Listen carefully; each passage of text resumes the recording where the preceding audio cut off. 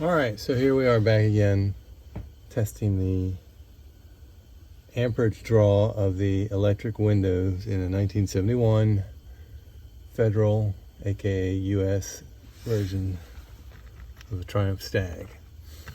Those are them two little electric window switches. You can see the window is down right now. I've got it rigged up across the little... Oh, the meter's beeping at me like it doesn't like me doing nothing for a while.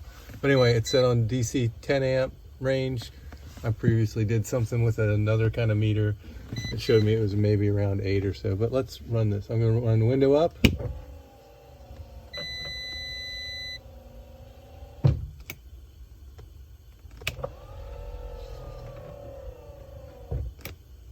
So it's all the way down right now. I hold it down almost a little less than 7 amps, 6 3/4 amps. When it's pulling against this lower stop. Going up, 3, 4, almost 4. Get to the top, again 6.75 amps. It's interesting.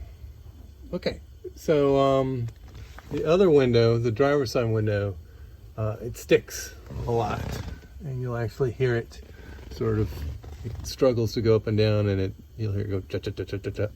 Let's see what kind of amperage it's pulling. Higher, 5. Get to the bottom, almost 7. Let's go up now.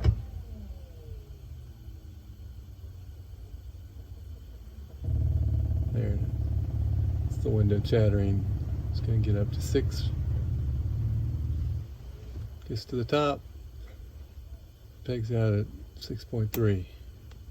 Let's go down again. 4.